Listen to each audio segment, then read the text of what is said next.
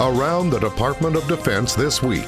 This is your DoD Weekly News Recap. Venezuela is a top concern for the commander of U.S. Southern Command.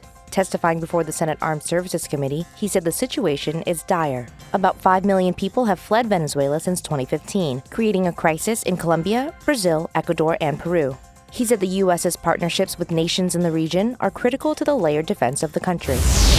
President Donald Trump told international diplomats at the State Department that progress has been made in the fight against ISIS. The United States military, our coalition partners, and the Syrian Democratic Forces have liberated virtually all of the territory previously held by ISIS in Syria and Iraq. He said we will continue to combat terrorism. Rest assured, we will do what it takes to defeat every ounce and every last person within the ISIS madness and defend our people from radical Islamic terrorism. He also thanked diplomats and the militaries for their country's efforts in combating terrorism.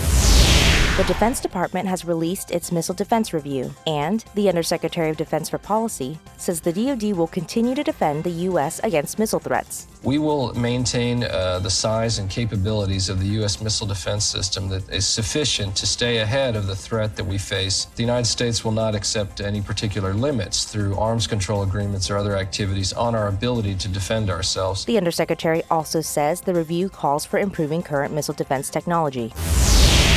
The commander of U.S. Central Command testified about military operations in Afghanistan and Syria before the Senate Armed Services Committee. Today in Afghanistan, the conditions-based South Asia strategy is working, and we continue to use military ways and means to advance our end state of reconciliation. We recognize this conflict will not be resolved solely by military force, but our military pressure serves as an enabler to a whole-of-government process. In Syria, he said they are still on mission, and ground troops will be departing from Syria in a deliberate and coordinated manner as they consult with allies and partners to implement stabilization efforts.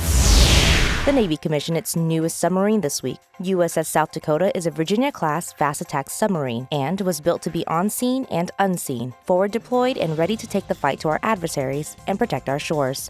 With the U.S. military strategy increasingly turning toward the world's oceans, the pace of submarine production has picked up. Over the next 20 years, it's estimated that nearly 30 more Virginia-class submarines will be built. That's your DoD News Weekly Recap. I'm Petty Officer Jen LeBron. For more stories about your military, go to defense.gov.